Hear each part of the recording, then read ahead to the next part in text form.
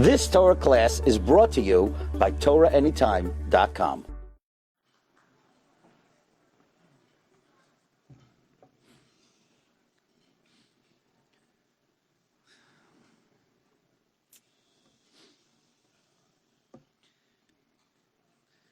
In Europe, our Rosh Yeshiva would say, a bacher had a stempel. You could tell from a mile away what yeshiva a bacher learned in. You could nail it. You could say he's a telzer. This one's a mirror. This one's a Slabodka Talmud. They had a distinctive quality, a certain way they carried themselves, a certain way they spoke, a particular mode of dress. But in America, our Rosh Yeshiva would say, everything is watered down. It's become a melting pot. The distinctive quality of where you belong, the distinctive quality of your Makom Torah, we don't have that as much. A bacher is a bacher, and a ben Torah is a ben Torah. But that's in America. Rumor has it that in Canada, you could still find a bacher that has a stempel. That you could still meet a bacher and nail it. I know what yeshiva you're from.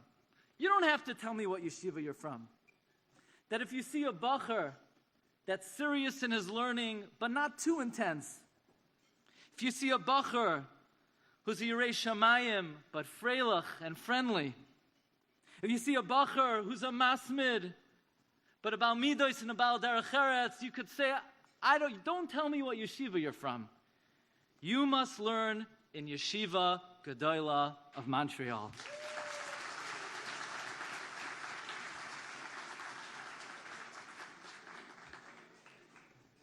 What an honor and privilege it is to be here this evening on behalf of a Makom Torah that has gained reputation, l'shem u'l'teferes, throughout the Olam HaTorah as one of the premier yeshivos in the yeshiva landscape today.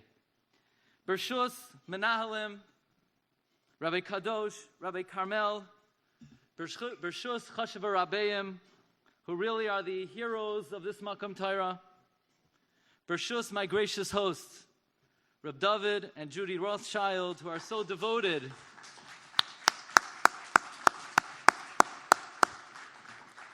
to the yeshiva, to the Rabbeim, to the Talmidim, B'lev Nefesh. About 20 years ago, when I was a bacher, I was davening in the shul that I grew up in the Aguda of Avenue L in Flatbush. At the time, the Rav was Rav Pinchas Breuer. And it was the Lakewood Shabbos of Chizuk, and it was my first opportunity to hear Rav Yerucham Oshen Shlita. And aside from Rav Yerucham's godless b'Torah and his beautiful Sfarim, he's a prince of a person. And I remember as a bacher, Rabbi Yerucham said over a story that made a big rosham on me. Rabbi Yerucham said that Reb Aaron came to America in 1941, April 10th, Erev Pesach. It's Erev Pesach, 1941, and of all places, Reb Aaron Kotler comes to the Avi Avois Hatuma, San Francisco, on Erev Pesach. And what's on Reb Aaron's mind, Erev Pesach 1941? How he's going to get matzos in 6 hours before the Seder? Where in the world he's going to have a Seder? In San Francisco in 1941? How is he going to find kosher wine? No, no, no. Reb Aaron didn't think about where he would have a Seder. He wasn't concerned about matzah, and he didn't care about the wine. Reb Aaron had one thing on his mind, and one thing only. Torah ma tehei aleha. What's going to be with the Torah? What's going to be with the yeshivas? The yeshivas in Europe had been eradicated. Eretz Yisrael had a negligible Olam HaTorah. America was a midbar shmama. And what concerned Reb Aaron on Erev Pesach, 1941 in San Francisco, Torah ma tehei aleha. And I remember sitting there as a bacher, stunned. But what about the Seder? And Rabbi Yerucham took it further. Rabbi Yerucham said that the hanhaga of Reb Aaron was nothing more than mirroring the hanhaga of Yaakov Avinu. Esav was coming with 400 men to annihilate Yaakov and his progeny and Kol Beis Yisrael. And Yaakov Avinu lifted his hands to Shamayim. And Yaakov Avinu was mispalel, Hatzileini na, miyad achi, miyad Esav, pen yavoi v'hikani em albonim. What was Yaakov afraid of? Was Yaakov afraid that Esav would kill him and his children? Says Medrash Rabbah, no, that's not what Yaakov's concern was. Says the Medrash Rabbah, it says in the Torah, Hakdosha, Vishar, Oiseh, Oisoi v'yes benoi, loisishchatu b'yoyim echad. There's a mitzvah in the Torah, Oisoi v'yes benoi. It says, Yaakov Avinu, im yavoi rosh hazeh, v'yoivad es banai, v'yes imam, Sefer Torah shekasuv boy, Oisoi v'yes benoi, ma tehei olav. Yaakov Avinu was not worried about himself, and he wasn't worried about his kinderlach. Yaakov Avinu was worried what Rabbi Aaron Kotler was worried about. Torah ma tehei olaha. Those who have come this evening to support the Yeshiva Gedolah of Montreal, to support a yeshiva of this caliber, this is not a cause. This is not an important Jewish cause, a vital Jewish cause. Here's how we need to think about it. The Gemara tells us in Gittin that Titus HaRasha began his assault on the Beis HaMikdash not only by hurling insult against the Jewish people, but against God himself. The Gemara says he declared, Ey Eloheimai, Tzur Chasayubai. Where is the Ribbono Shel Olam? Says obviously Rab Nosson Perek Aleph. He pounded on the Mizbeach. He screamed, Lucas, Lucas, At Melech, Va'ano Melech, Boi v'neitze imi b'machama. Gemara says that Titus took a Sefer Torah and he took it into the Kodesh HaKadoshim. And on the Sefer Torah, in the Kodesh HaKadoshim, he committed the unspeakable. He then took his sword and slashed the paroiches, and HaKadosh Baruch Hu made a miracle, and blood spurted forth from the paroiches. Asks Rabbi Isaac Sher, why did the Ribbono Shel Olam make a miracle that blood should spurt forth from the paroiches? The Ribbono Shel Olam doesn't make a miracle for nothing, for a Rasha Marusha. What's HaKadosh Baruch Hu teaching Klal Yisrael? By having blood spurt forth from the paroiches. Says Rabbi Isaac Sher, the Ribbono Shel Olam was declaring the most important principle in Yahadus, that the Beis HaMikdash is the life force of the universe. It's Beis Chayenu. It pumps vitality into the Jewish people. Rachem al Tzion, ki hi Beis Chayenu. The Beis HaMikdash was the vehicle through which all Shefa flowed to the world. Chazal say that if the Goyim would have understood how much bracha came through the Beis HaMikdash, they never would have destroyed it. The blood spurting forth from the paroiches was declaring that by destroying the Beis HaMikdash, they were cutting off the life force of the world. The world was now suffering cardiac arrest. The world had suffered a fatal wound. And for us in the Galus, our Beis Chayenu, our house that is the source of our vitality, is our Makom Torah. When the government in New York tries to tamper with the curriculum of the yeshivas, they're playing with fire. They're playing with the lave of the world.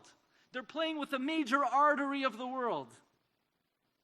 So when we come tonight to show support, to show allegiance to a Makom Torah, this is not a cause. This is not an organization. This is Beis Chayenu. Yeshiva Gedolah of Montreal is the primary artery of this region of the Olam HaTorah. You know, when we talk about Makom Torah has a unique halachic status. Yaakov Avinu, before he goes down to Mitzrayim, he sends Yehuda down to Mitzrayim. Yes, Yehuda, Shalach Lefanav El Yosef, Lahoyros Lefanav Goishna, says Rashi. What's Yehuda going down to Mitzrayim for? Says Rashi, Lesakin Loi Beis Talmud. Yehuda's establishing a yeshiva. It's very curious. Yehuda's establishing a yeshiva? Yehuda wasn't a Moira Hira. Yehuda wasn't a Paisek. Yoiru mishpatecha leYaakov, Poiskim come only from Shevet Levi. Ayin b'hakdama of the Shoel Umeshiv, who goes through from the beginning of time, how Ruba de Ruba of the Poiskim of Klal Yisrael were Kohanim or Leviim. Hafla, Noid Yehuda, Shla, Taz, v'chahena v'chahena. The Gemara even says in Yuma, and Daf Chavav, Amar Rava, Loi mishkachas tsurba merabanan de moiri ela da'asi mishevet Levi or mishevet Yisachar. Poiskim, Levi or Yisachar.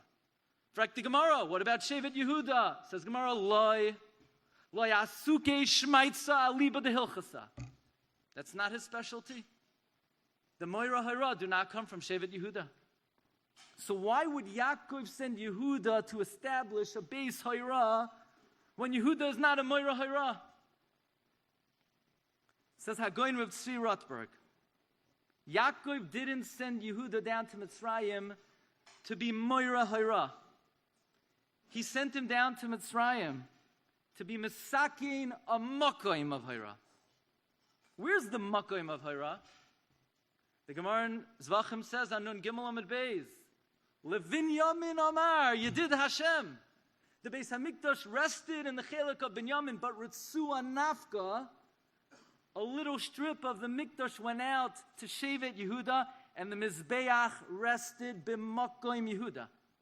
The Gemara says a blot later in Daled Amid Beis, the Sanhedrin sat in the Lishkas Hagazis by Shevet Yehuda. So the Makom Torah, the place where Torah resides, you don't need a Moira Hara. You need the expert in establishing the Makom Torah. And that expert is Yehuda. The expert in solidifying the lave of Klal Yisrael is the Malchus of Yehuda. This was the lesson taught to us by the dam that spurred forth from the Paroiches by Titus Harasha. You know, one of the most dramatic scenes in Imperial Rome is the Arch of Titus. By the way, just as an aside, there's a big question about what the menorah looks like. So some say, well, let's look at the Arch of Titus. Let's see if it's circular. Let's see if it's diagonal. A monument erected that depicts the Romans carrying out the various kalim of the Beis HaMikdash. And I'm sure you all know the story of the Panovich Rav and Moshe Rothschild when they visited the Arch of Titus. And if I may, I have my own Arch of Titus story. A few years ago, I had the opportunity to speak on a Jewish heritage tour to Italy. And I was able to bring along my father's own Glatstein. I was able to bring along my son Yehuda. And the trip concluded in Rome and then culminating in Imperial Rome at the Arch of Titus. And I'm standing there with my father, with my son, and I turn around and sitting next to me, standing next to me, Teddy Lackman. Who's Teddy Lackman? Teddy Lackman's father was Mayor Lackman. Mayor Lackman and my Zayda were together in Auschwitz 72 years before. By the way, my grandfather, Harav Mordechai Leib Glatstein, just passed away on the first day of Pesach at 106 years old. He was a Talmud Muvak of Reb Menachem Zemba. He was Reb Menachem Zemba's lookout during the Warsaw Ghetto Uprising. He had smicha from Reb Shlomo David Kahana before the Holocaust broke out. He would tell me, Daniel, you know, in Reb Menachem Zemba's house, behind him there was a Sfarim shrank, but not with Sfarim that people bought him at a dinner. There was a Sfarim shrank, all of Kisvei Yad, an entire parish on the Yerushalmi, an entire parish on the Rambam. Tens of thousands of pages of Kisvei Yad. And one year, our grandfather came to visit us in the Aguda of Avenue L. At the time, the Rav was Rav Moshe Tov Yalif, and into the shul walks Mayor Lackman, who he was together with in Auschwitz. And Mayor Lackman sees my grandfather, and he sees me, and he says, you know, your Zayda knows how to daven. And I sort of nod. No kidding, he knows how to daven. He's been davening for the last 97 years. And my grandfather would say the hardest part about becoming 100 years old is the Rashi Oisiyos are Zeir Shver to see. So I say, of course he knows how to daven. He said, no, you don't understand what I mean that your Zayda knows how to daven. I saw him in Auschwitz. He would be saying Tehillim, and the Nazi would come and say, Rabbi, what are you praying for? You think there'll be any Jews left? The Jews of Palestine, the Arabs will kill the Jews of Palestine. We Nazis will eradicate the Jews of Europe. And the Jews of America, the Jews of America will take care of themselves. Of the latter, the Nazi was the most correct about, unfortunately. And the Nazi would then club my Zayda over the head. He would fall unconscious in a pool of blood. And 24 hours later, said Meir Lachman, he would get up and continue saying Tehillim where he was up to. And I'm standing there at the Arch of Titus next to Teddy Lachman. Our parents, grandparents were together in Auschwitz 72 years before. And here we are, 72 years later, standing triumphantly at the Arch of Titus. And I'm there with my tata, and I'm there with my son. 3 doiros. V'ani zois brisi oisam amar Hashem. Ruchi asher olecha. Udvarai asher samti beficha lo yamushu mipicha. Umipi zaracha. Umipi zera zaracha. Amar Hashem me'atav v'yad olam. And I cannot help but think, Titus, who had the last laugh? By the way, after my grandfather was liberated, he was appointed the head of the JDC, the Joint Distribution Committee. And in that capacity, he helped the She'eres HaPleita. He brought in Tashmishe Mitzvah, Tashmishe Kedusha. He built mikvois in the DP camps. He built yeshivas in the DP camps. He printed svarim in the DP camps. And one of his most moving encounters is when he met a great personage, Rav Isaac Halevi Herzog, the chief rabbi of Palestine at the time, who told my grandfather that during the war, he visited the Pope, Pope Pius XII, I guess Lashon Sagi Nahar. And he said, Pope, put a halt on the gas chambers. And the Pope said, no. And Rav Herzog told my grandfather that he was coming from another visit with the Pope.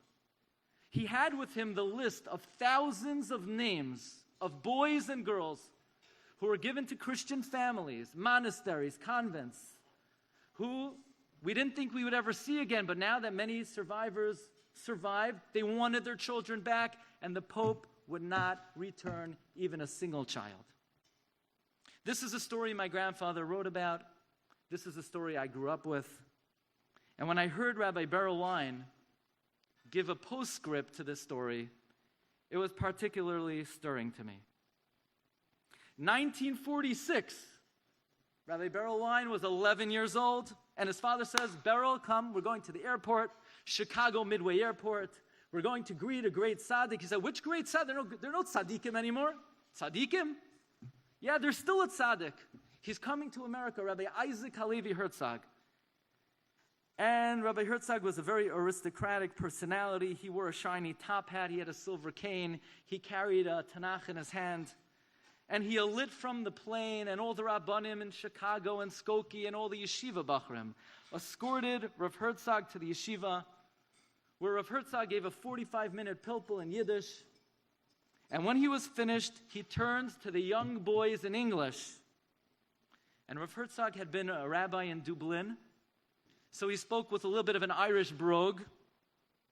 And he said, Tyra Kinderlach, I just visited the Pope, Pope Pius XII. I had with me the names of 10,000 boys and girls that were given to Christian monasteries, convents, families. And I said to the Pope, give us back our children. You're kidnapping them. They're ours. We only gave them to you as a pikadon, but we want them back. And the Pope flatly refused. The Pope said the rule is that once a child is baptized, he can never be taken back. All these children were baptized. I begged, I pled, I cajoled, but to no avail. Rabbi Wein said Rav Herzog was so overcome with emotion that he broke down at the podium, weeping like a baby uncontrollably. Rabbi Wein said he was never so frightened in his entire life. And then the rabbi defiantly lifted his head. His face was red. He looked like a lion. He said, there's nothing I could do for those 10,000 Jewish boys and girls. But I ask of you, young men, Yeshiva Bachrim, what are you going to do for the children of the Jewish people? What are you going to do for the future of the Jewish people? And he repeated it again and again and again. What will you do for the future of Klal Yisrael? And then we waited and we lined up and we gave him shalom, and he looked each one of us in the eye and he said, did you hear what I said? Are you going to remember what I said? What will you do for the future of the Jewish people? And Rabbi Wein said that his entire life he is haunted by Rav Herzog's cry. Many times he's been discouraged, disenchanted, worn out, but then he hears Rav Herzog's cry, what will you do for the future of the Jewish people? And that's what continues to inspire him and shape his decisions in life. So what will you do for the future of the Jewish people? You know, with all the commotion in life and all the hubbub, the primary question we need to ask ourselves, what am I going to do for the future of the Jewish people?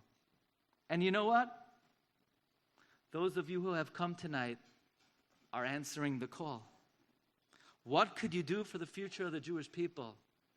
Be mechazik your children. Be mechazik your yeshiva. Be mechazik your Makom Torah. Because your Makom Torah is your asid, it's your hoiveh, it's your present, it's your future. It's the source of life to your neighborhood, your community, and to all of Klal Yisrael. In the zechus of all of us gathering together tonight, to pledge our allegiance, to demonstrate our support for the Kihem Chayenu V'Orech Yameinu. May we all be zoiche to the Birchas HaTorah, Baruch Asher Yakim as Divrei HaTorah Hazois.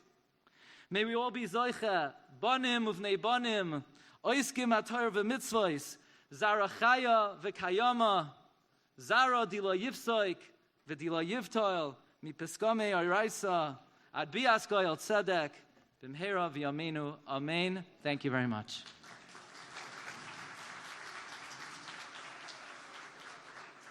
You've just experienced another Torah class brought to you by TorahAnytime.com.